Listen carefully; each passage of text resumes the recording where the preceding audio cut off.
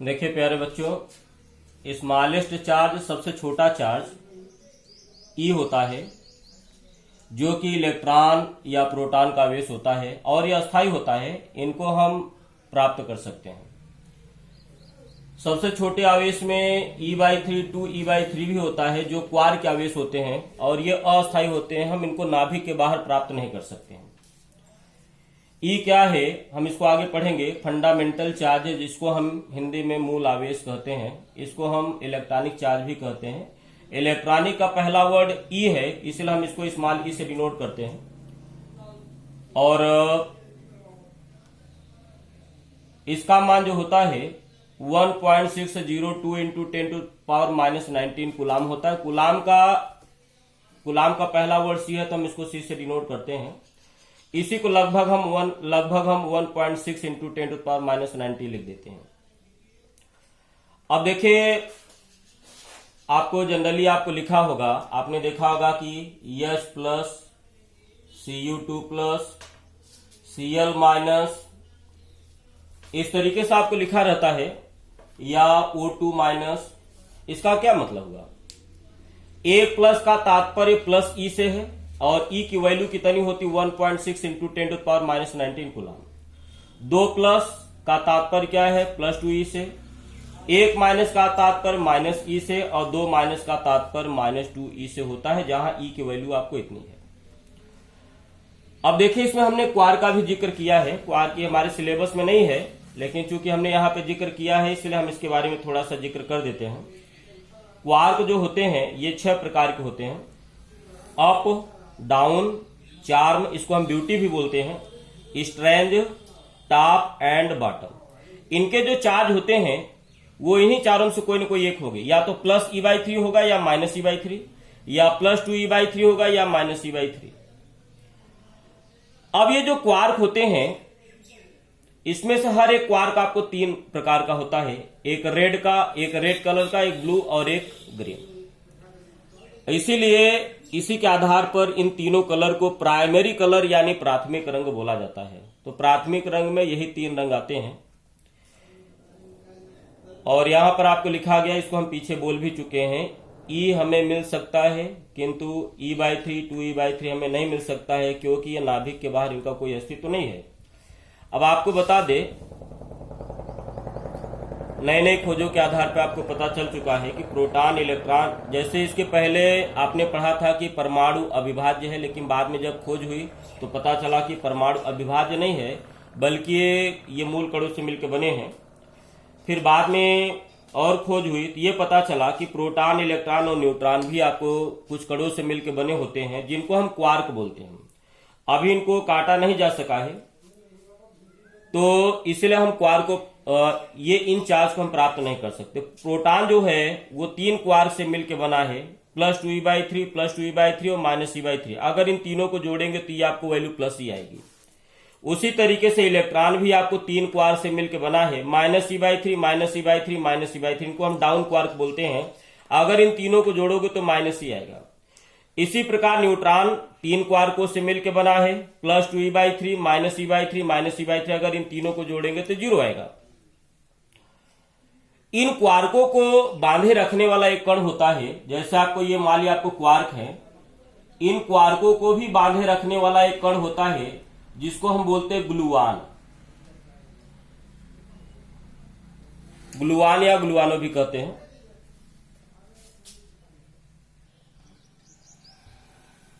देखिए प्यारे बच्चों, इफेक्ट ऑफ चार्ज का इफेक्ट क्या होता है? जिस तरीके से मास का इफेक्ट होता है उसी तरीके से चार्ज का भी इफेक्ट होता है। मास का इफेक्ट क्या है? जैसे हमारे हाथ में क्या है, मास है, और हमने आपको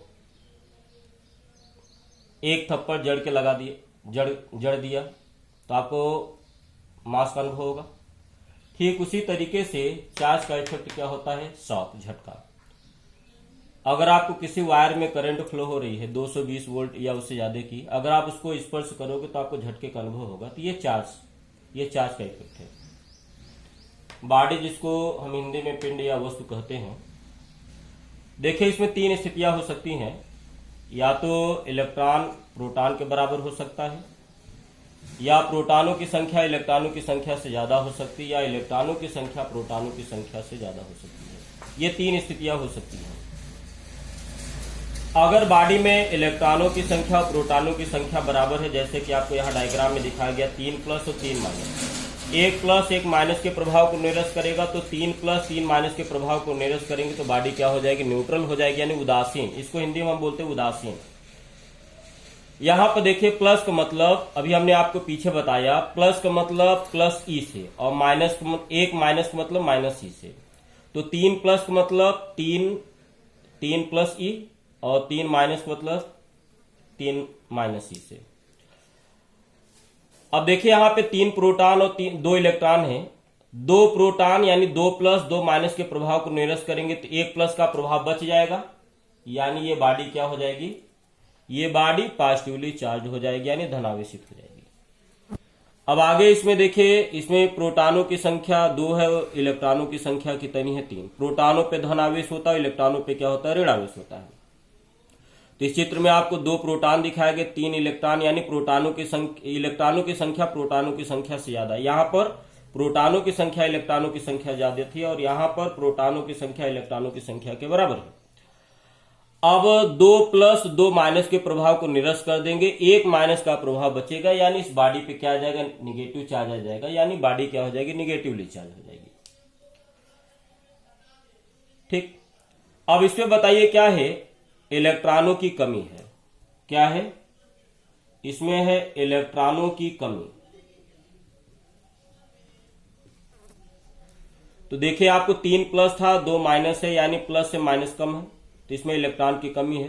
तो इसका मतलब यह हुआ कि अगर इलेक्ट्रॉनों की कमी होगी तो बॉडी क्या हो जाएगी, धनावेशित। इलेक्ट्रॉनों की कमी का मतलब प्रोटॉनों की संख्या से इलेक्ट्रॉनों की संख्या का कम होना। यहां पर देखिए 2 प्लस और 3 माइनस है, तो यहां पर इलेक्ट्रॉनों की संख्या क्या है, ज्यादा है। तो अगर इलेक्ट्रॉनों की संख्या प्रोटॉनों की संख्या से ज्यादा रहेगी, यानी तो बॉडी क्या हो जाएगी, निगेटिवली चार्ज हो जाएगी। तो यहां पर क्या है, इलेक्ट्रॉनों की अधिकता।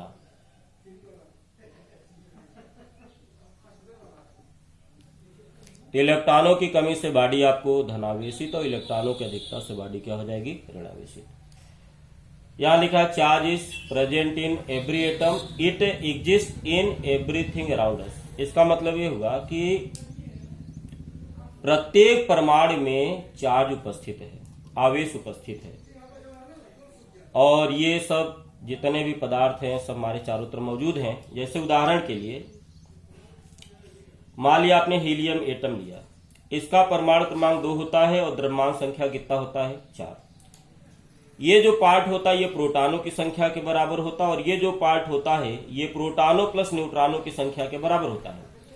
प्रोटॉनों की संख्या इसमें 2 है, तो अगर प्रोटॉनों की संख्या 2 है और दोनों का जोड़ 4 होना है, तो न्यूट्रॉनों की संख्या भी इसमें कितनी हो जाएगी, 2 हो जाएगी। अगर हम इसका स्ट्रक्चर बनाएं, आपने पढ़ा है कि परमाणु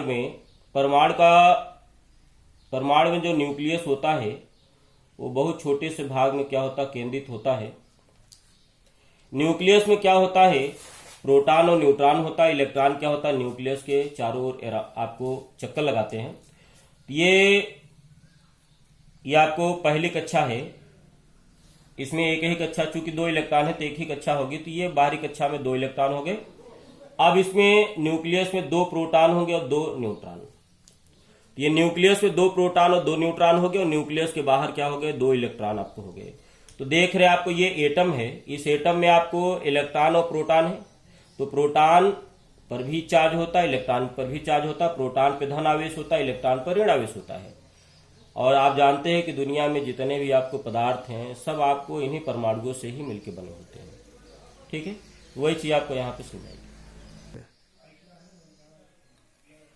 देखिए प्यारे बच्चों, यहां लिखा P1।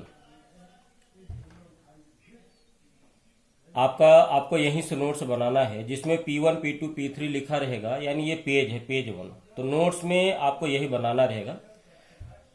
हो सकता है कि अभी आपको ये बहुत छोटा छोटा दिख रहा हो, हम इसको PDF भी भेज देंगे, उसमें आप उसको जूम करके देख सकते हैं। देखिए इसमें हेडिंग है इलेक्ट्रोस्टैटिक्स, इसकी ये डिफिनीशन इंग्लिश में आपको लिखी गई है। Electrostatics is the study of interaction and electrical effects due to static charges that is at rest. इसको हिंदी में भी पीछे आपको लिखा गया है, पहले लेक्चर में आप देख लेगा। पहला अध्याय आपका है कूलाम का नियम तथा वैद्युत क्षेत्र। इसमें पहली हेडिंग आपको लिखेगी विद्युत। विद्युत क्या होती है? ऊर्जा होती है। अभी आपको पीछे बताया गया था कि थेल्स ने क्या देखा कि जब अंबर को ऊन से रगड़ा जाता है तो अंबर कागज के छोटे छोटे तिनकों को अपनी ओर आकर्षित कर लेता है। तो अंबर को यूनानी भाषा में इलेक्ट्रॉन कहते हैं। जब अंबर को ऊन से रगड़ा जाता है तो वह कागज के छोटे छोटे तिनकों को अपनी ओर आकर्षित कर लेता है। इस अद्भुत गुण को इलेक्ट्रिसिटी नाम दिया गया और यह इलेक्ट्रिसिटी नाम ब्राउन ने दिया था, जिसका तुल्य हिंदी शब्द है विद्युत। विद्युत क्या ऊर्जा है? इसको कैसे डिफाइन किया गया है, परिभाषित किया गया है? विद्युत वह ऊर्जा है जिसके कारण किसी पदार्थ में हल्की वस्तुओं को अपनी ओर आकर्षित करने का गुण उत्पन्न हो जाता है। अब देखिए हम लोग यहां पर आते आवेश। तो आवेश को तो वैसे किताबों में बहुत तरीके से परिभाषित किया गया है, लेकिन जो आपको बेस्ट डिफिनीशन है वो ये है कि द्रव्य से संबद्ध वह गुण जिसके कारण द्रव्य वैद्युत एवं चुंबकीय प्रभाव प्रदर्शित करता है आवेश कहलाता है। संबद्ध का मतलब जुड़ा हुआ, एसोसिएटेड। अंग्रेजी में इसको लिखा गया है charge is a property of a matter due to which electrical and magnetic effects are produced. देखिए जो चार्ज है, अभी आपने यहां पे परिभाषा में क्या लिखा है? वैद्युत और चुंबकीय प्रभाव को द्रव्य से संबद्ध वह गुण जो वैद्युत और चुंबकीय प्रभाव प्रदर्शित करता है उसको क्या कहते हैं? आवेश। आवेश क्या गुण है? जैसे मनुष्य में दो गुण होता है, प्रेम और गुस्सा, उसी तरीके से चार्ज ये भी आपको गुण है, तो धन और ऋण उसी तरीके से। देखिए वैद्युत प्रभाव और चुंबकीय प्रभाव। वैद्युत प्रभाव को हम अंग्रेजी में इलेक्ट्रिक इफेक्ट कहते हैं और चुंबकीय प्रभाव को हम अंग्रेजी में मैग्नेटिक इफेक्ट कहते हैं। वैद्युत प्रभाव है क्या? अगर हम किसी आवेशित पदार्थ के बगल में, चाहे वो धन हो चाहे ऋण हो, उसके बगल में अगर किसी उदासीन पदार्थ जिसको हम अंग्रेजी में न्यूट्रल बॉडी बोलते हैं उसको रख दिया जाता तो होता क्या है? ये धन आवेश क्या करता है? ऋण आवेश को अपनी तरफ अट्रैक्ट करता है, जिसके कारण इस उदासीन पिंड का एक तरफ का भाग निगेटिव हो जाता है और एक तरफ का भाग क्या हो जाता है? पॉजिटिव हो जाता है। ये अगर ये जैसे मान लिया आपको पॉजिटिवली चार्ज है तो ये इलेक्ट्रॉन को अपनी तरफ खींचेगा तो इधर निगेटिव आ जाएगा, इधर पॉजिटिव आ जाएगा। उसी तरीके से अगर ये निगेटिव होता तो ये इलेक्ट्रॉन को रिपेल करता तो इधर इलेक्ट्रॉन इधर निगेटिव चार्ज आता, इधर पॉजिटिव आ जाता। तो इलेक्ट्रिक इफेक्ट क्या है? अगर किसी भी आवेशित पदार्थ के बगल में कोई उदासीन पदार्थ रख दिया जाता है तो उसका एक ओर का भाग नेगेटिव चार्ज और एक ओर का भाग पॉजिटिवली चार्ज हो जाता है। इस प्रभाव को बोला जाता है वैद्युत प्रभाव। इसको हम आगे अच्छे से डील करेंगे। चुंबकीय प्रभाव क्या होता है? मैग्नेटिक इफेक्ट क्या होता है? जैसे किसी चुंबक के बगल में अगर कोई छोटा सा लोहे का टुकड़ा रख दिया जाता है तो वह चुंबक लोहे के टुकड़े को अपनी ओर आकर्षित करता है। इस इफेक्ट को बोला जाता है मैग्नेटिक इफेक्ट, चुंबकीय प्रभाव। क्योंकि ये चार्ज तो है नहीं, हमको चार्ज की मैग्नेटिक इफेक्ट को शो करना है। तो यहां पर देखिए एक तार है, इस तार में धारा प्रवाहित हो रही है। तार में धारा प्रवाहित होने का मतलब तार में आवेश का प्रवाहित होना। तो इस तार में आवेश प्रवाहित हो रहा है। तो जब किसी तार में धारा प्रवाहित की जाती है, यानी उसमें आवेश जब प्रवाहित होता है तो वह क्या करता है? वो ठीक चुंबक की तरह लोहे के छोटे छोटे टुकड़ों को अपने ओर आकर्षित करता है। यानी ये जो आवेश है वो वैद्युत प्रभाव और चुंबकीय प्रभाव दोनों प्रदर्शित करता है। आवेश ही एक ऐसी चीज है जो वैद्युत और चुंबकीय प्रभाव दोनों प्रदर्शित करता है। बाकी दुनिया में ऐसी कोई भी चीज नहीं है जो दोनों प्रभाव प्रदर्शित करता है। तो ये तो आपको हो गया आवेश की डिफिनीशन। अब आवेश की अंग्रेजी वैसे अगर देखा जाए तो आवेश मतलब आवेश की मात्रा से है। आवेश की मात्रा यानी क्वांटिटी ऑफ चार्ज। और क्वांटिटी का पहला वर्ड क्या होता है? क्यू होता है। तो हम आवेश को किससे डिनोट करते हैं? स्मॉल क्यू या कैपिटल क्यू से। देखिए प्रतीक में क्या होता है? प्रतीक हम तीन तरीके से प्रयोग करते हैं, या तो अंग्रेजी के पहले लेटर से, या ग्रीक वर्ड, या साइंटिस्ट के नाम पर होता है। यहां पर अंग्रेजी का पहला लेटर क्यू से डिनोट किया गया है। अब इसका जो सूत्र होता है Q बराबर N इंटू ई। अब इसको हम आगे बता रहे हैं कैसे होता है। यन क्या है यहां पर, ये आपको धन पूर्णांक होता है। धन पूर्णांक मतलब यन का मान 1 हो सकता, 2 हो सकता, 3 हो सकता, 4 हो सकता, 5, इस तरीके से अप टू इनफाइनाइट। तो यन आपको है इलेक्ट्रॉनों या प्रोटॉनों की संख्या, यानी ये धन पूर्णांक। संख्या हमेशा क्या होती है, धन होती, ठीक है, धन पूर्णांक आपको। ई क्या है, इलेक्ट्रॉनिक आवेश, और इसी का मान होता है 1.602, लगभग हम इसको 1.6 लिखेंगे, और ये इंटू 10⁻⁻19 कूलाम। कूलाम का पहला वर्ड सी होता, तो हम इसको सी से डिनोट करते हैं। अब देखिए ये फार्मूला आपको अभी हम आगे जिक्र करते हैं ये कैसे आया है। अब आवेश के मात्रक पर हम लोग आते हैं। देखिए आवेश का मात्रक जनरली क्या होता है, जो साइंटिस्ट मात्रक कैसे रखा जाता है, जो साइंटिस्ट जिस राशि का खोज किया रहता है जनरली वो अपने ही नाम पर रख देता है। जैसे यहां पर आवेश के बारे में सबसे ज्यादा स्टडी किया था, इसको हम आगे आपको जब कूलाम का नियम बताएंगे तो वहां पर आपको दिखाएंगे उन्होंने क्या क्या प्रयोग किया था। आवेश के बारे में सबसे ज्यादा स्टडी किया था कूलाम ने, इसलिए कूलाम का पहला वर्ड सी है, तो कूलाम के आनर में इसका मात्रक एसआई पद्धति में रखा गया। तो कूलाम आवेश का एसआई पद्धति में मात्रक क्या है, कूलाम, इसी को हम एम्पियर सेकेंड कहते हैं। और ये एम्पियर सेकेंड कैसे होता है, Q बराबर होता I इंटू टी।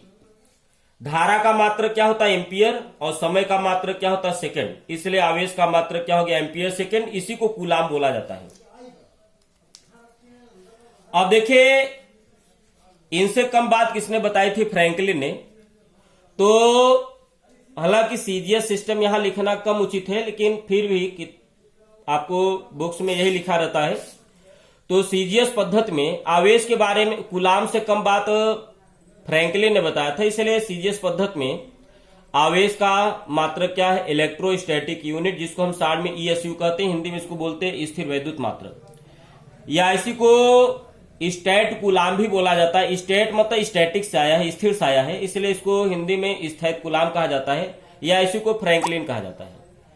इसके अन्य मात्रक क्या हैं, जैसे ईएमयू इलेक्ट्रोमैग्नेटिक यूनिट, जिसको हम हिंदी में बोलते हैं विद्युत चुंबकीय मात्रक, या इसी को एब कूलाम हिंदी में बोला जाता है, अंग्रेजी में इसको एबी कूलाम कहते हैं। और इसका एक और मात्रक है फैराडे।